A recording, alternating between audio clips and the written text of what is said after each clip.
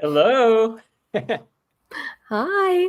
Hi. Welcome to Self-Publishing Insiders, everybody. Today is a special pre-recorded version of Self-Publishing Insiders. We've been doing that, I won't say too often, but we've been doing it. We've done it a couple times in the past month because we're just kind of traveling and going places. But today we're doing it because we have a very special guest. MK Williams is coming back to the podcast. Welcome, MK. Hi. Thank you so much for having me back and working with the schedule and everything. I really appreciate it. Totally get it. Thank you for your flexibility and for joining us.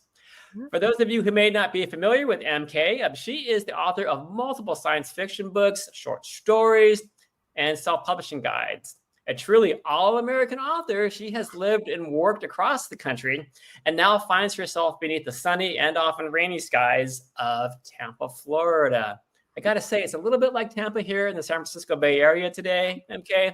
It's not 95 degrees, but we've got this humidity going. Oh, yeah. The humidity is the worst. Yeah, I kind of like it at night. It makes it for those nice balmy nights. Yeah. But anyway, the wet roads in California, not a good thing. No. But I wanted to continue with your bio because since MK has found so much joy in helping others realize their dreams of becoming an author, she has launched Author Your Ambition. So this is your go-to location for all things you need to know to be a successful self-published author with free email courses, books, and more. Today, we're here to talk about lessons learned after a decade of self-publishing. How did that happen? A decade? A decade. It's passed by in a blink, but it also feels like I've been doing this for only a decade. Like, I feel like I've been doing this for 50 years. So yeah, I've been reflecting a lot this year leading up to that official book anniversary at the end of October. Yeah. We were talking backstage, everybody, that self-publishing, indie publishing, it's still really in its infancy. I mean, it really only started taking off circa 2008, but it feels like it's been such a long time. Mm-hmm. And we're in the early days, aren't we? It does. It really feels like I've been doing this for so long. I have my, 10,000 hours to be an expert at something. Some things I feel like my craft is getting stronger, how I organize my time and do the actual technical publishing backend stuff feels really strong. And then in other ways, I feel like I'm starting at square one because there's always new marketing techniques that I feel like I'm behind on trying. There's always new platforms and programs and the urge to try the shiny new thing, even when I'm like, I don't need to test every platform. I want simplicity. But then it's kind of like, oh, but you don't want to do everything? I mean, come on. Yeah. So yeah. So it's always an interesting time to just constantly feel like a novice, even after all this time, because there's always new things to be trying, new things to be doing. What didn't work a decade ago now is potentially a super successful opportunity I'm just missing out on. So, yeah. I love that you preface the whole conversation like that, especially the part about always feeling like a novice, like you should know everything. Like, what am I missing? I would bet that 95 to 100% of our viewers are going to be like, yep, that's me. Totally. So I'm glad we're having this conversation. So how can you set guidelines, MK? Like, what are some of the things that you've learned to do, but maybe even more importantly, what not to do as you've gone through this decade of experience? Yeah. Oh, gosh. So some of the really big lessons that I learn and I keep having to relearn is number one is to not bark up the wrong tree. Okay. I did that for so long. My first book came out was a sci-fi thriller, Nail Biters. It came out almost 10 years ago. And then I immediately was like, okay, I want to work on short stories. And I kind of knew I was bucking the trend of not just write in a series, write in one genre, keep going, build one audience before you switch to something else. I was a hobby author trying to be a business author. So that was barking up the wrong tree. And then we mentioned backstage, I was very keyed in with the personal finance community. I had a lot of friends who had successful podcasts, successful blogs in that area, come to me after 3 years of self-publishing and multiple books out, say, oh, can you help me self-publish? And I was like, yes, this is a great opportunity because I'm going to help them. They're my friends. I want to help. And they have a huge audience, so maybe they'll mention my books. So my books at the time were a sci-fi thriller, a collection of short stories, and a domestic suspense thriller. So you were trying to market to the personal finance community. Up the wrong tree, exactly. And there were, of course, a few people who were listening for tax tips and advice who might be interested in those genres too, but it was barking up the wrong tree. And so that's something that I made those mistakes, and I'm glad to have learned from them, but I do feel like I have to remind myself over and over again of like, is this the right avenue? Is this the right message for this audience? Am I setting myself up to fail because I'm not thinking through and I'm rushing into something? So that's something I've had to learn a lot, and really retool those decisions that I make for marketing and what book to focus on to say, am I barking up the wrong tree? And expecting a different outcome than what is logical to expect here. I would bet that seems like just super obvious to you now compared to when you first started. Yeah. I think all of So Zaya the dog, Zaya the destroyer, is making her debut here. Usually she's sleeping in my feet. I don't think she's ever barked during an SPI episode. Well, I did talk about barking up the wrong tree, so she was like, I'm an expert in that. Good job, Zaya. So somebody is like hammering something next door, so she thinks it's someone knocking on the door. So good times. Live. That's all good. Yeah. I think so many of us authors are so optimistic, and we believe in our books so much, whether they're fiction or nonfiction. We think, well, this is amazing. Like, people are going to read this and it's going to blow their minds and it's going to change the world. And we need that almost delusional optimism to actually put forth all the work to get it across the finish line, right? Like, we need to love this book so much. It's worth all the editing and wanting to throw your computer out the window when KDP is taking forever to load and picking the cover and marketing it. But that same kind of delusional optimism sometimes leads us astray when it comes to marketing and thinking, this is the golden ticket. Yeah. And there's no one golden ticket or no one silver bullet to success. Yeah. I would underscore that point too, about how you have to just really, really believe in your work if you want to be successful. Yeah. I've come across some authors that are kind of like, yeah, well, I think it's okay. And if you don't believe in your work, it's really hard to get to that next level. Yeah. I think I'm a little bit guilty of that sometimes because I'm always so excited about whatever I'm working on now or whatever I just released that I forget I have a backlist I have to promote. Yeah. And I'm like, yeah, those are fine. But this latest book, and I think that's something after a decade, realizing I have a big backlist that I need to be focused on all the time and managing it. And with each book that comes out, there's less time for each of the previous books. So that's something after a decade. It's like, you're making yourself a big workload here if you want to be prolific for believing in the backlist and having that same enthusiasm all the way through. Okay. That's a really good point. So about that backlist, do you have any tips or suggestions for authors that might be kind of easy or not so time intensive as far as promoting your backlist? Maybe like including links in your newly published books, things like that.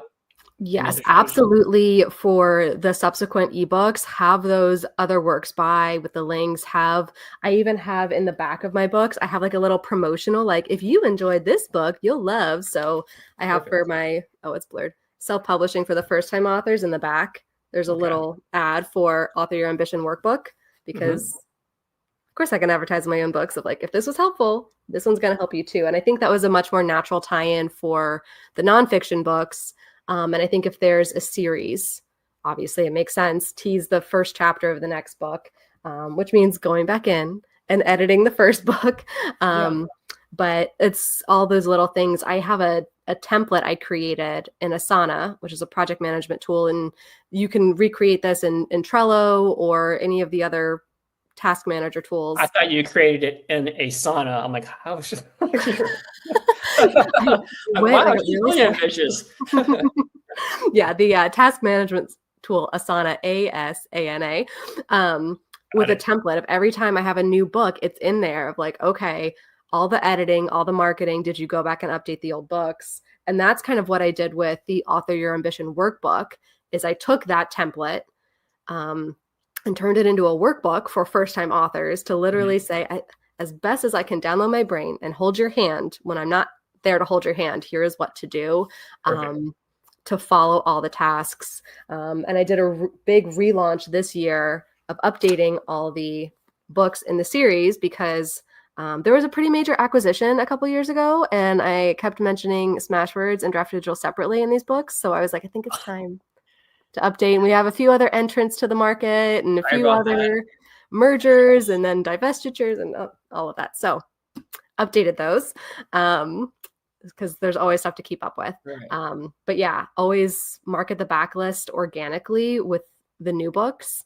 And I know the best practice is to write in a series, right? Like, because if you have more in the series, there's more for people to follow. You have that built-in readership, or somebody finds one and they just want to read straight through. Great advice. I have not been very good at following it, and I have paid for that dearly. So don't do what I do, kids. Don't be a hobby author expecting business results. Don't do that. So do you always provide a first chapter teaser for the next book in this series, or do you just provide like the title and the name, or do you actually just give them like the full chapter, like a good solid taste of that next book? At the end of Nail Biters, that was the very first book that I released a decade ago. The sequel to that didn't come out for like 6 years. Okay. Bad. Don't do what I did, kids. But it took me a while to figure out what it was going to be. And so when I re-released Nail Biters as a new edition with that first chapter in the back for architects, that was as Architects was launching, right? So somebody can buy Nail Biters, brand new. Oh, at the end, I like what this could be in the sequel. That book was available. For the end of the Infinite, which is my other sci-fi series, book 1, which is about time travel, there was an epilogue that really rounded it out nicely. And I was initially thinking it could be a standalone. And then as I'm writing it, I'm like, no, I think there's more here. So I didn't add the first chapter to the next book because I thought then it was almost too much of a jolt of like, you just had this wonderful, beautiful wrapped up ending with the epilogue. And then suddenly it's thrown back into, oh, no, not as nice of a round ending as you thought it would be. So I didn't include it there, but I did include like, hey, if you want to know what happens next in this adventure. So if some people are like, I'm happy thinking things are good, don't tell me that things aren't happy. They could believe that. But if they wanted to check out the next, then they could. So that one was more of a judgment call on what to do. But I would say, yeah, if you can include a teaser of the first chapter, if not the first full chapter, depending on how long it is, that's always great. Get them hooked. Okay. Yeah. I wanted to ask your opinion on that because I've seen authors who simply list out their books. They just, also buys, and it's just a list, not even hyperlinked. And then there are other authors who hyperlink all of their other titles back to their website, are using books to read links. Some authors provide a description of the next book in the series, or maybe for the couple of books in the series. And then some authors provided a full chapter. Yeah. So I wanted to see like what you've tried, what seemed to work best for you, because there are different ways of going about it. But I believe, and from what I've heard from authors out there, is that if you can give them a taste, because they're already on your train, they just finished one of your current books. Yep. They enjoy you, especially if they got to the end of that book. They want to know what's next or what else you have. Yeah, absolutely. And I think you could even do that if it wasn't in the same series necessarily. Like maybe this is book 3 in the series and you're like, it's done, but the next series is coming soon. You want to tease them for that. I think you could absolutely do that. I think for ease of use, if an author's feeling like, that's intimidating, I haven't even edited this next book yet. I like the idea of putting in even a message of, if you want more from me, visit my website. Like, it's okay if you don't have that next first chapter yet, or you don't have the book cover yet to put an image to be like, check this out, or even a link yet. Like, just make sure there's some kind of call to action. And then the beauty with self-publishing is when you do have that polished chapter, or you want to switch it up and test, you can do that. You're allowed to. It's wonderful. Yeah, putting a way for your readers to interact with you, to connect with you, that's your superpower as a self-published author. It really is. Yeah. It's also just exciting when you meet somebody who says, "Oh yeah, like I'm just reading through all your books." I'm like, "Oh, thank you." What? Yeah, that's gotta feel great. I want to go back to something that you said earlier about, you published your first book and then 6 years went by before the next one. That's hard.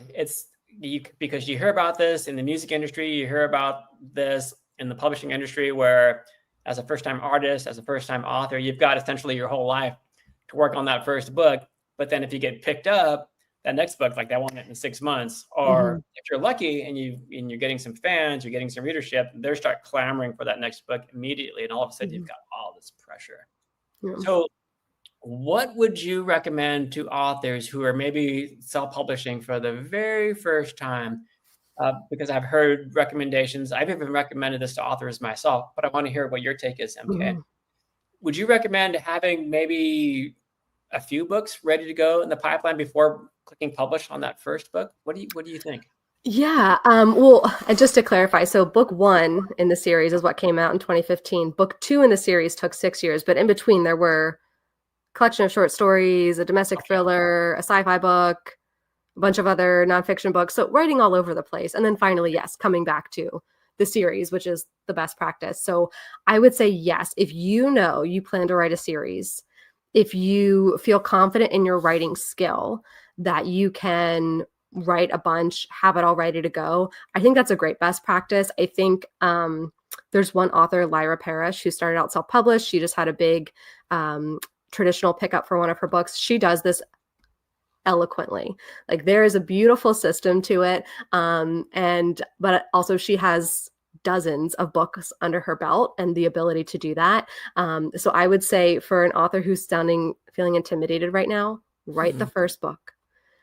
Get that out. If you have an idea for their second book, if you know it's going to be in a series, if you already have part of it drafted, sure, wait a little bit so you can get looks like we may have lost a little bit of Wi-Fi here. Are you back? I'm back. I'm here. Okay. We're going to have to edit that little snippet, the Wi-Fi snippet out in post. Okay. I don't know where I cut off. So I'm trying to think back to,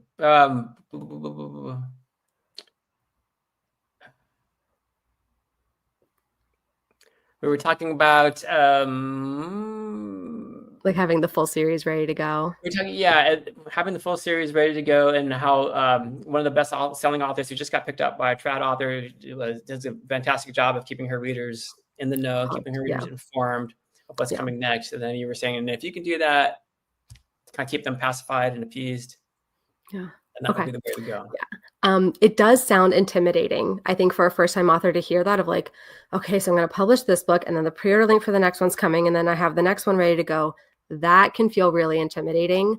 So I would say if this is your first book, if you aren't sure you want to write a series, even though that is a best practice, you don't have to always follow best practices. Just know when you're going against it. But if you aren't sure, get the first book out, right? That's the hardest thing, is getting it across the finish line, and the amount of confidence you'll have going into book 2, knowing you got book 1 done will help, right? And your craft gets stronger with every book. Your process gets tighter with every book. It's okay if it's not the most quote unquote perfect launch because all the systems are in place. Sometimes you have to build the airplane while you're flying. If you, on the other hand, have a wonderful romance series all planned in your head and you already know how the characters are going to interconnect because you are a writing genius, an as of yet undiscovered writing genius, and you want to do that, go for it. I do always caution authors, there's a bit of a practice out there to launch a pre-order with a draft of a book. I always recommend to not do that. I would say, unless this is not your first rodeo or second or third or fifth, like unless this is your process for book 10, you know your editor, you know they've cleared their schedule, you've already got the covers, everything is set to go, and you are very confident that the book will be done by that 7-day cutoff. Or no, it's not, it's 72-hour cutoff that KDP has. I can't remember now, but I know there's a 7 involved. We usually recommend 10 business days just to be safe. Yeah, I have seen too many tearful author reels and TikToks of Amazon canceled my pre-order because I needed to change the manuscript in the time. I'm like, Amazon KDP will annoy you with emails about that deadline. Like, I just say, don't chance it. don't risk it, upload the final copy. And so for some people, that means you're not uploading and going on sale until a year later. And you know what? A book a year is still really ambitious and aggressive. Like, it's okay. So I say, yes, it's great to have the system, great to have the next books lined up and on pre-order and ready to go. But if that's too much pressure and too much of a running up against a deadline that Amazon will hold you to and cancel your pre-order if you do it, then don't risk it. That's good. Always good advice to have everything ready ahead of that pre-order. Just as a sidebar to that, Draft Digital will never cancel your pre-orders. We'll never send you a nastygram. We'll send you some reminders that, hey, this is coming up, and we need to have all of your assets, meaning your completed edited manuscript and your final cover art. But one of the things I always recommend that authors do as well is that, hey, if you're planning a pre-order, especially one that is assetless, instead of choosing a date that you set in stone, maybe choose one that's 2 months further out.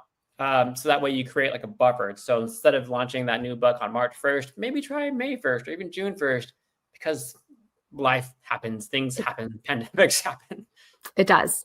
It does. I was working on a book with a client, and there was an edit that we needed to make. And we reached out to the interior designer. She did formatting, she did illustrations for it. It was beautiful, but we did not want to touch the files. We had all the files, but we were nervous, and she was not getting back to us after a month.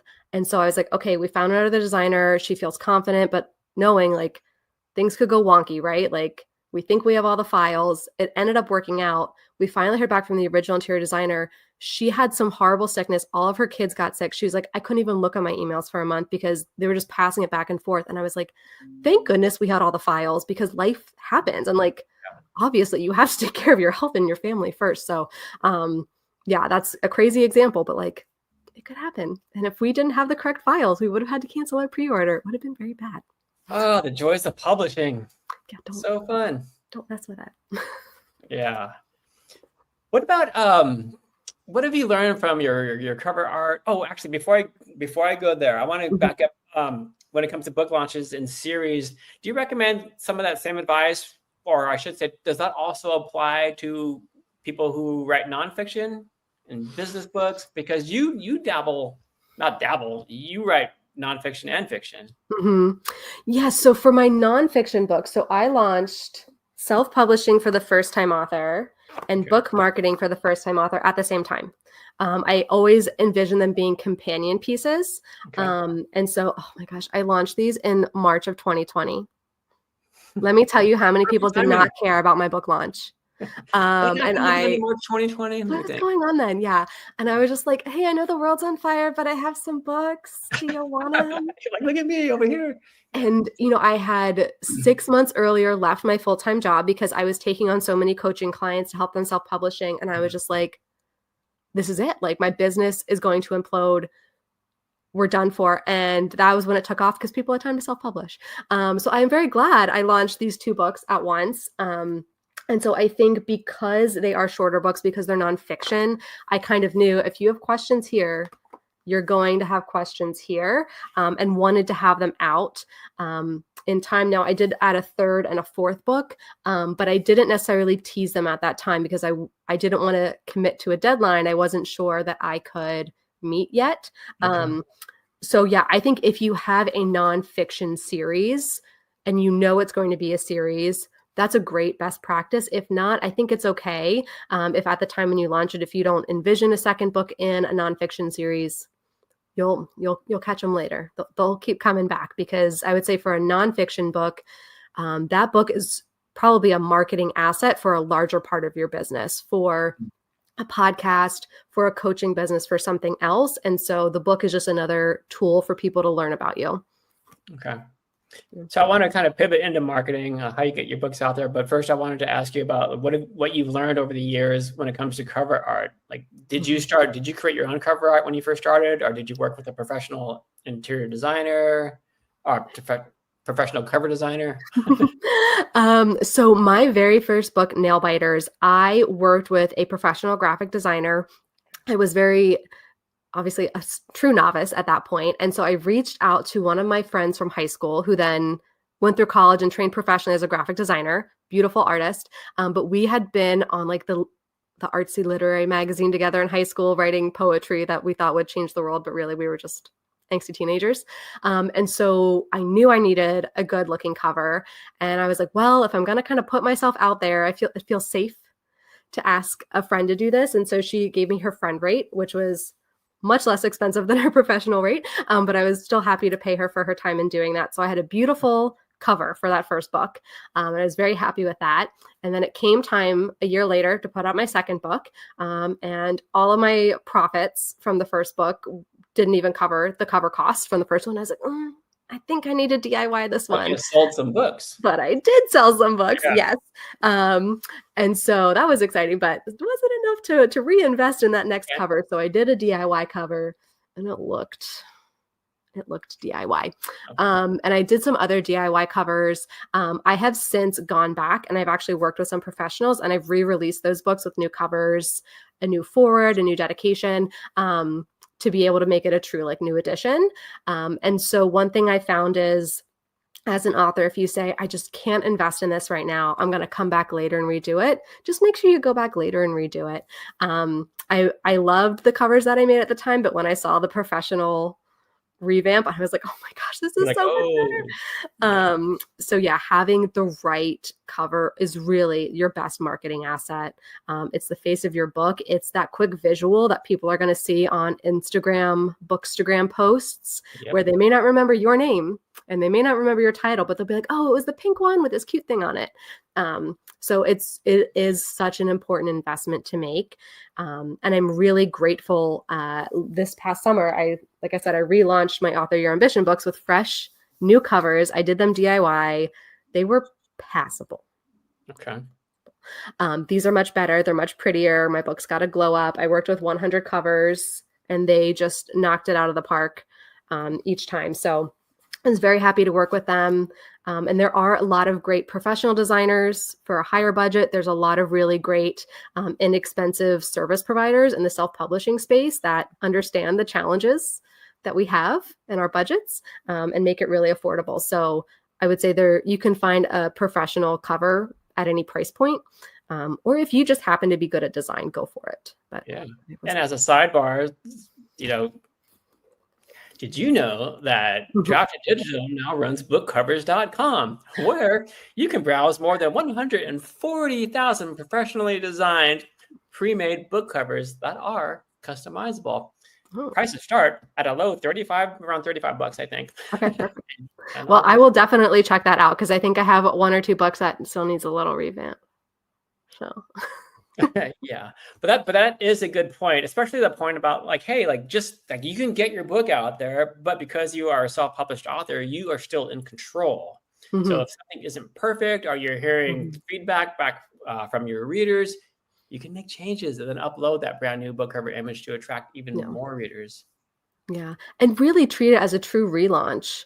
The first time I did that was with Enemies of Peace. That was my third book that came out. So in 2017, I still had a small audience. And again, I switched genres again. So only so many were willing to keep following me.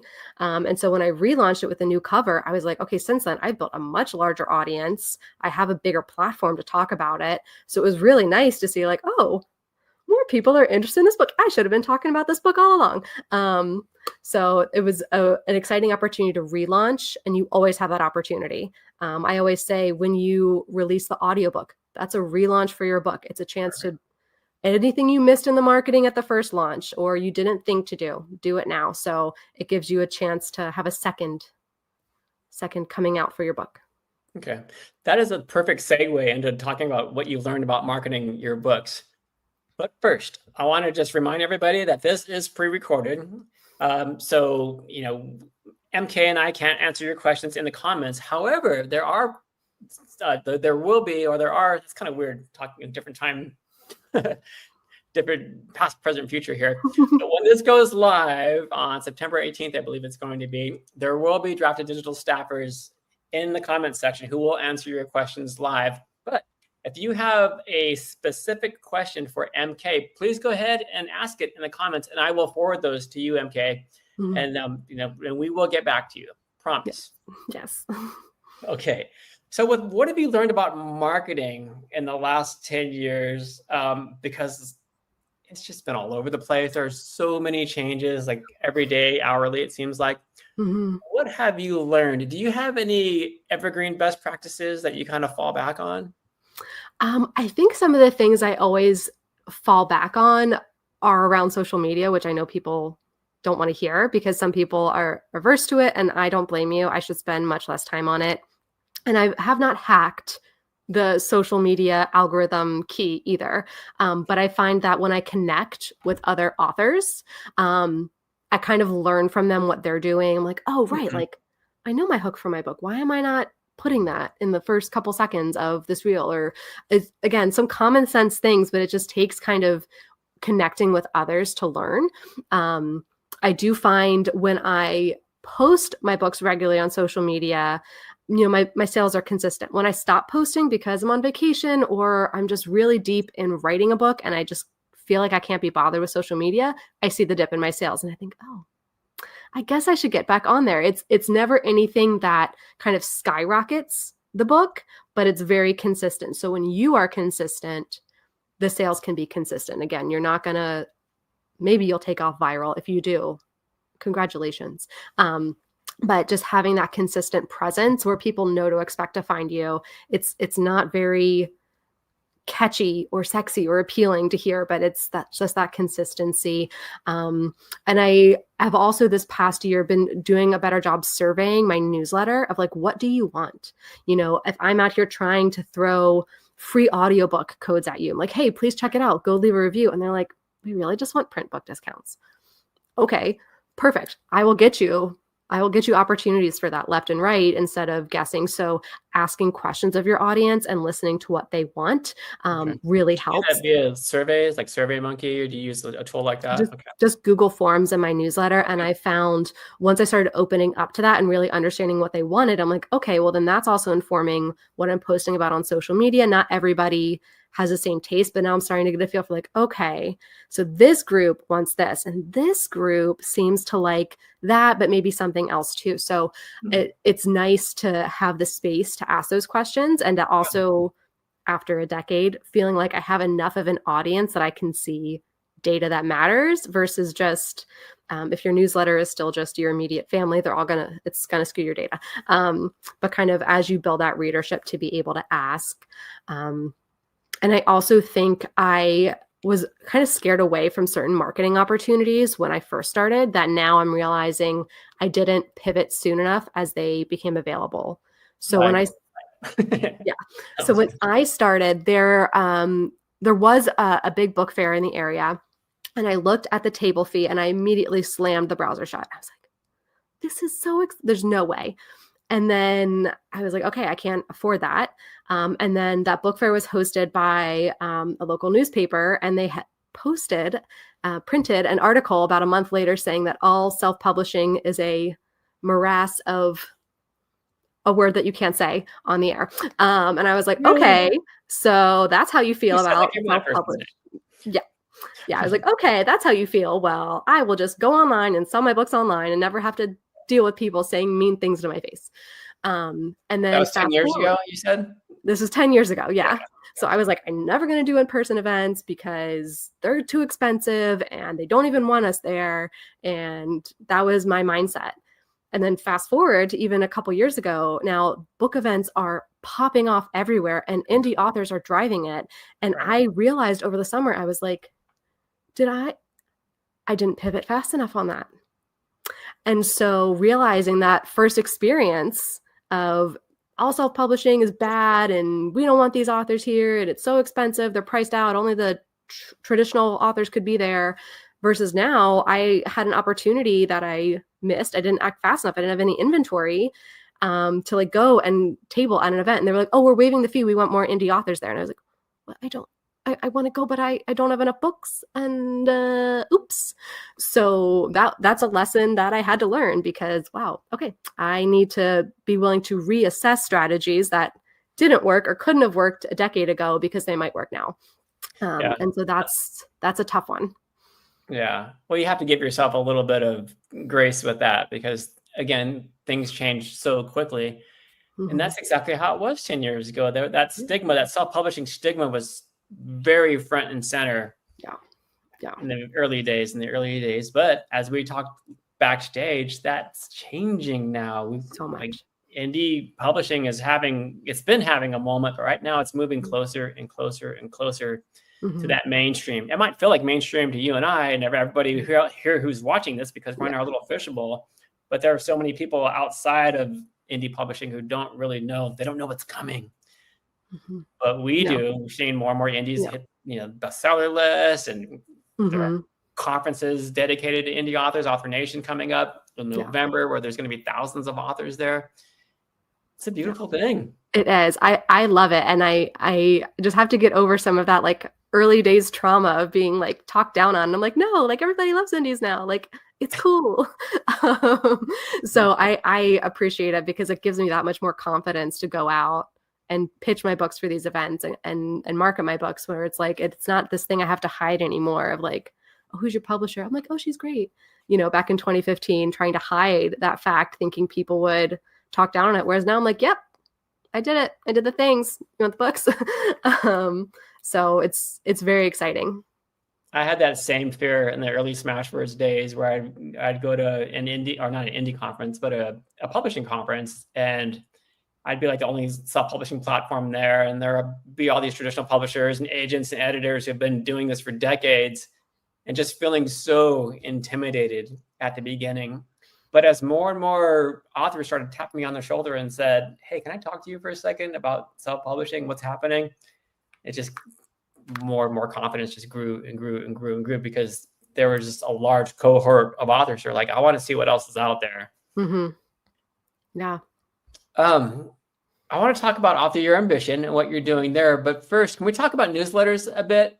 I want to know how you've grown your newsletter subscriber list over time, if you have any strategies or advice that you can give our authors about that. Yeah. So I used to professionally write emails and newsletters for my old corporate job. That was my day job, was email marketing, A/B testing subject lines, getting the newsletters out, keeping the emails flying for big brands. So when I say that I detested having an author newsletter, I detested it. I would get home at the end of the day. And again, I was a hobby author expecting business results in those early years. Don't do that, because I was like, no, I do not want to write an email. This is, my art, and I don't want to have to put together another newsletter. And it bit me in the behind, because I wasn't building that audience. So in 2019, I got really serious about, okay, here's my newsletter. Here's what I offer. With Author Your Ambition, you mentioned I have free online like email courses where it's going to send you, hey, are you thinking about this? Are you thinking about this over the course of a week? And that really helped to bring people in. So I could say, hey, now that you're here, I have YouTube videos that can help you. I now have these books that can help you. So offering that freebie helped. And then I was able to translate that over to my fiction side. So I have landing pages where you can get from that very first book, Nail Biters, that long hiatus of 6 years to book 2, I did write kind of an in-between novella called the Dora Diaries. And so I offered that as a freebie on the newsletter to get more people to sign up. And I think I've just been more consistent posting to my social network to be like, hey, the newsletter is coming out this week. The newsletter subscribers get an exclusive discount. You're only going to get this discount if you're subscribed to the newsletter. So if you want it, you have to subscribe. And if you don't subscribe, you're not going to even know what it is. You're going to miss out. And so really making sure there's a clear benefit for my newsletter subscribers. And I also make them a promise that I do not break except for special occasions, like very limited occasions. And the promise is I will email you once a month. And a lot of authors are like, you have to email every week. And I'm like, I don't have something to say every week. Like I'm busy working on the book. And the next week, you know what? I'm still writing the book. And the third week, guess what, guys? I'm still writing it. It takes a while. Like there's just not something I can say every week. So I say, I'm going to send you once a month. And I'm only going to break that if in very special cases. And I think there's been 2 times where I've said, hey, I'm sending an extra email this month. And I've let them know ahead of time. I'm like, so don't unsubscribe.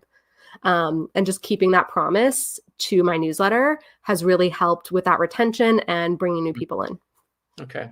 That's a strong message. That's kind of percolated throughout this entire conversation, that idea of the consistency and remaining consistent with your Mhm. readers, and you truly interact with them. I like Mhm. how you send out the surveys and you respond Mhm. to those surveys, Yeah. and you actually act on the results you get from the surveys. Absolutely. And I've even in the past year or so put in questions to say, please, by all means, respond. I get so much energy when I send out my newsletter and people respond. Like one time I asked for book recommendations that had more like main characters with chronic illness rep. I was going through, I have 2 autoimmune conditions and I was Looks going like we through a really paused bad time with my again with health. Wi-Fi, so I'm going to let this kind of roll a little bit, and we can edit it a little bit later. Are you back? I'm back. I'm here. I'm Okay, good. we'll edit that out. Okay. So I really get a lot of energy when people reply. Like that's always so exciting to me. I send out the newsletter and I love it when they hit reply and just share an answer. I try to put questions in that says, hey, specifically, like I'm looking for book recommendations where there's a main character with a chronic illness. Last year, I was going through a really tough time with my health. I have 2 autoimmune conditions, and so I put that realness into the newsletter. I was like, I haven't been feeling great. So I want to read more books that have people who are dealing with what I'm dealing with. And the responses were amazing with like, have you checked out this author? What about this author? Okay, if you like this genre, check out this book. And that was just amazing to feel like I'm truly connecting and making sure that connection points aren't just buy my books, buy my books. Oh, did you know buy my books? Like making sure it's truly value added and like building that connection. And I do have 2 separate email lists, which gets a little confusing, but one is really for the fiction side for readers. And then I have one that's for the author your ambition side for authors. And so I always try to make sure if there's any big self-publishing news, I'm putting it in there or links to things and talking more about the nonfiction side. So that gets a little complicated, but they all go out in the same day. So just once a month. Yeah. I want to underscore your point about just being real, being yourself, being Mhm. personable, because I've heard so much from authors saying, "Well, I don't know what to say in my newsletter. There's nothing real. I don't have any news to share." And then what you're saying is it doesn't have to be about news. It can be about your cat or your dog or something that happened to you personally.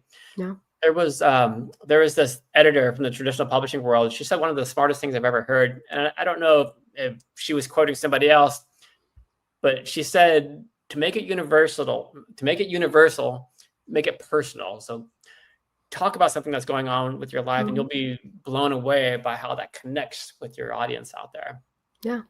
Yeah. And it shows that human side of who the author is, right? And why there's a person behind the art. And I think people always relate more when they know a little bit of that backstory. It makes Yeah. that a stronger connection versus, well, I like the book. Next one. Um, yeah, they have a reason to root for you and to cheer for you and your characters. Yeah. And when you have a street team, an author or a reader street team, and you all work together and they see you succeed, it's not like it's just your success. It's everybody gets to Mhm. share. And that's really neat. Yeah. So time is flying by as it always does in these conversations. So I want to make sure that I ask you about time management, because that's got to be one of the hardest. We were talking about that backstage too. Hmm. How do you manage your time? And then how do you counsel your clients to manage their time? So I'm sure a lot of them are probably juggling children and day Hmm. jobs, but they want to get their art out into the world too. So Yeah. I will say when I'm working with a client, that's probably some of the first questions is understanding their goals. Anytime I talk to somebody and they haven't written a word and they say, I want the book out in 3 months, I say, we're going to have a very honest conversation about what's realistic and what's not realistic. Best-selling book in 3 months. I don't care what your viral YouTube sensations might say. It's not, yeah. that's not going to work, especially if that client already has a massive business and family that they Hmm. want to go with it. So for me, time management is all about kind of like a ruthless prioritization of what is the number one goal. And so I had to have a tough conversation with myself, actually not that long after we saw each other at NINC a couple years ago, Hmm. because my daughter was at the phase where nap time was like 50-50. Is she going to take the nap? Is she not? And I was at home with her full time. And so nap time was special. Mommy's getting work done for her business time. Yeah. And so I was like, well, that could go away. So, what is more important to me? Continuing to be the self-publishing, not guru, but like speaking at conferences and doing all that? Or is the big goal to be known for my fiction work? And so for the past 2 years, I was like, that's the big goal. That's the capital G in bright neon lights goals. I was just focusing on the fiction. And so when it would come time to, okay, I thought I was going to have more time today. I have less time. The goal is the fiction, work on the fiction, market the fiction, write the fiction, focus on that. And I've kind of put, like I said, I stopped doing the consults and the coaching because I just couldn't commit to it. I still have obviously continued to answer questions on YouTube. I still have the books where people can access, my tips and knowledge there. But it was kind of that honest conversation with myself of like, oh, it felt so good to be asked to speak at NINC, and I got to go and present, and I felt like such a hotshot. But I was like, is that what I want out of my author career? And yes, I love helping authors and I love connecting with them. But I was like, I really deep down want, the fiction author brand and title. So I was like, all right, that's where the time goes. But I always have like a list of what needs to get done this week.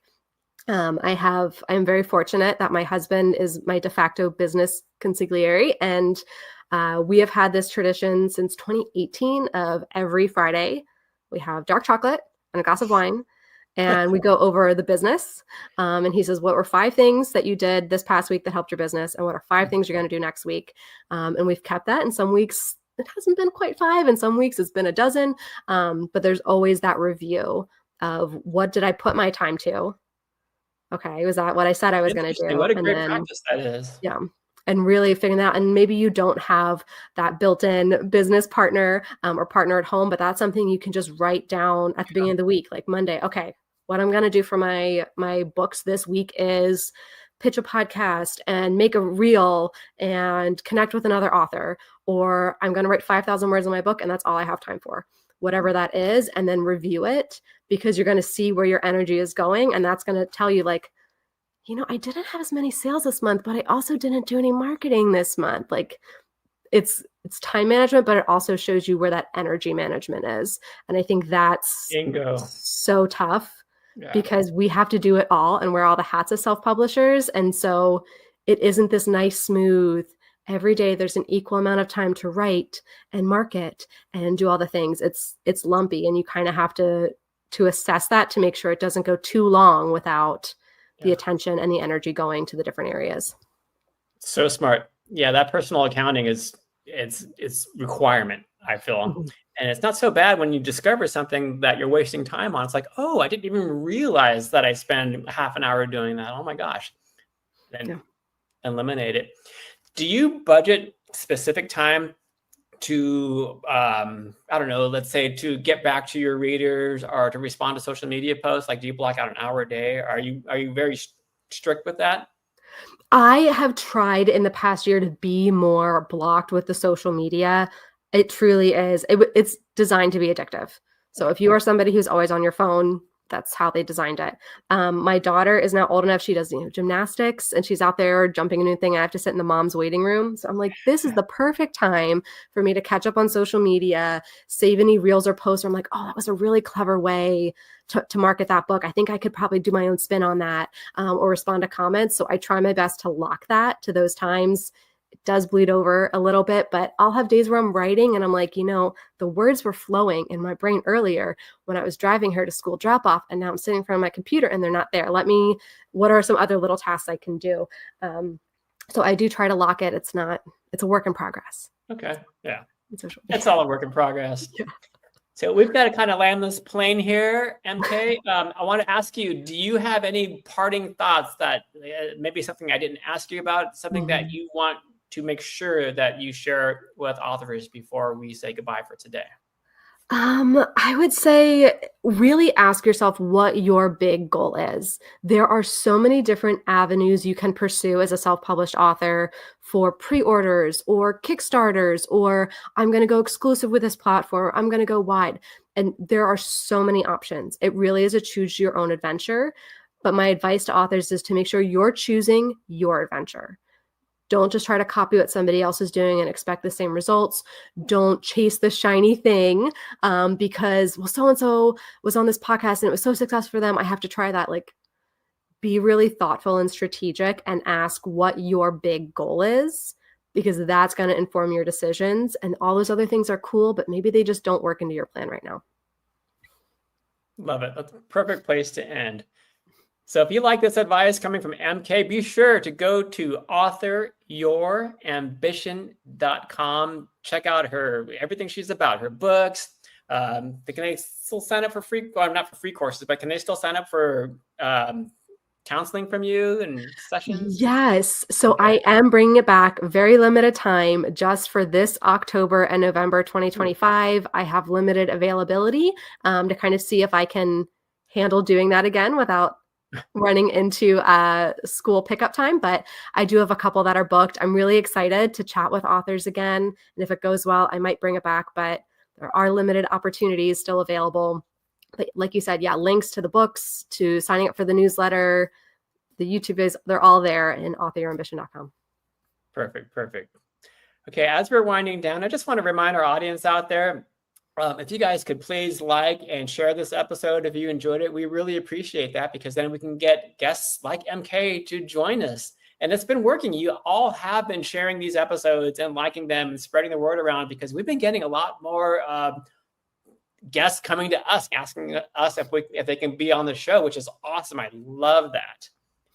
Other thing you can do is you can bookmark dddlive.com. And if you bookmark dddlive.com, you can see what the topic will be for subsequent weeks, who our guests are going to be. It's a good thing to bookmark there.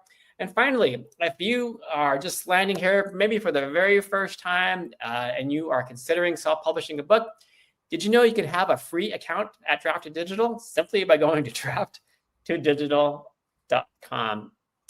I want to thank all of our viewers out there for joining us week in and week out. If there are folks out there who are new, thank you for checking us out for the first time. But I especially want to thank our guest, MK Williams, for coming back to the show. It's always a pleasure seeing you, chatting with you. So come back and see us again, would you? Absolutely. Thank you so much for having me. It's always a delight to talk to you and to just chat with the Draft Digital audience, because Draft Digital is awesome. I'm a Draft Digital author. Y'all should sign up. Do it. Thank you for that. Hang out backstage. I'll be there in a minute, and we're going to end this with a quick commercial spot on DDD Print. Thanks, everybody. We'll see you here next week. End. Ebooks are great, but there's just something about having your words in print. Something you can hold in your hands, put on a shelf, sign for a reader. That's why we created DDD Print, a print-on-demand service that was built for you. We have free, beautiful templates to give your book a pro look, and we can even convert your ebook cover into a full wraparound cover for print. So many options for you and your books. And you can get started right now at draft2digital.com.